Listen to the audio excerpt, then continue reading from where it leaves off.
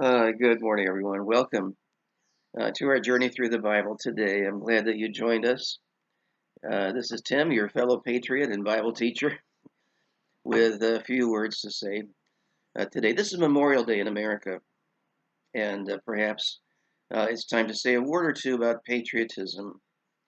And I'll try to do that today without going too far afield in applying our text, but I will ask for a little latitude in that because it's a special day.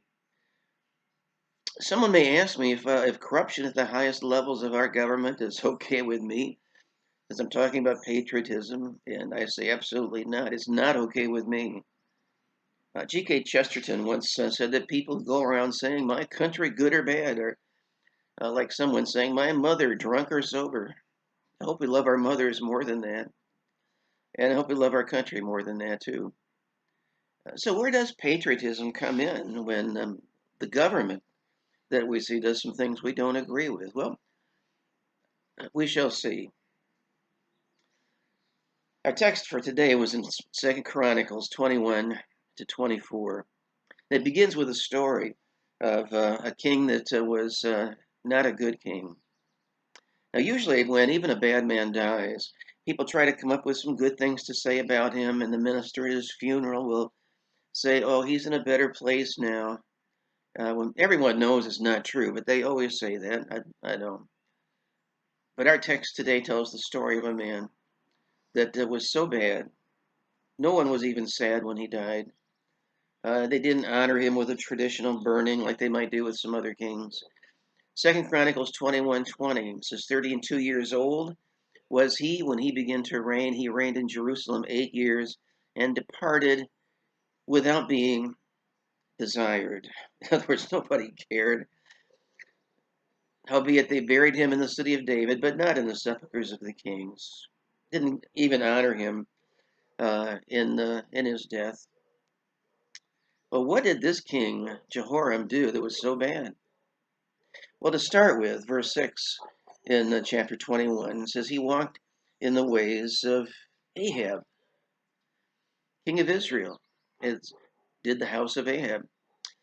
For he had the daughter of Ahab to wife, and he wrought that which was evil in the eyes of the Lord. So here's one problem. His father Jehoshaphat was a very godly and a good king, but he made an alliance with Ahab, and now, Ahab is part of the family because his son married the daughter of Ahab. And it's worse than that because in verse 4, chapter 21, it says, when Jehoram was risen up to the kingdom of his father, he strengthened himself, and he slew all his brethren with the sword, and divers also of the princes of Israel. This man had 6 brothers, and he looked at them as competition who might want his job as the king. In addition, apparently there were a number of other princes in Israel who could possibly replace him. They were all killed by this man. As far as he was concerned, anyone who could possibly replace him as a king was an enemy of the state, and he needed to be executed for being an enemy, even though they hadn't done anything.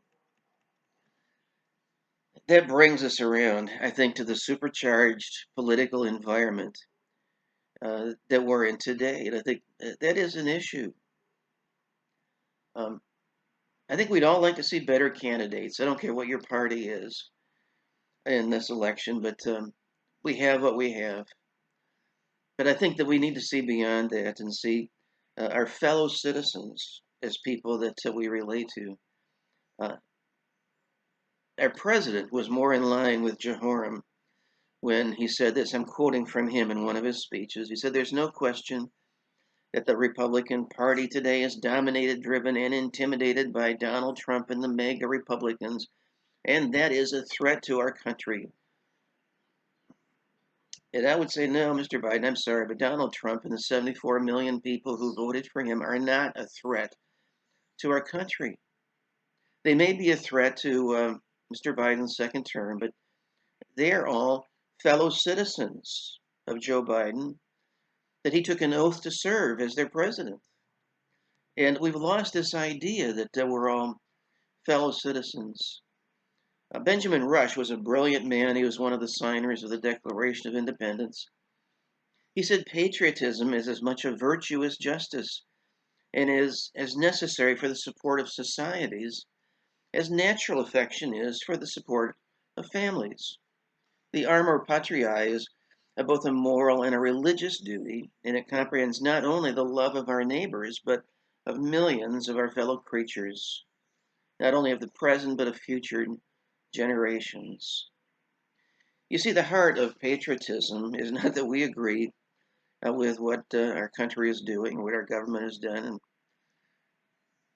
we all desire to see it do better. But patriotism is based on the love and concern of fellow citizens of our country. Jesus said that the second commandment was to love your neighbor as yourself. And that, not politics, is really at the heart of patriotism. And that's why I want to bring this before you today. I think that we need to embrace this idea that as citizens together, we are all in this together. I have my own political opinions. I'm not a member of any political party. And my view in politics is just that, I favor smaller government with limited power. And I know there are people in our country who don't agree with me. And I say, okay, this is America. You're welcome to do that.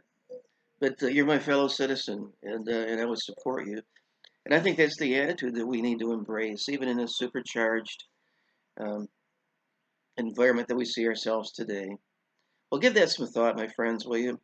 And stay with us in the Bible. We'll be back in it again tomorrow.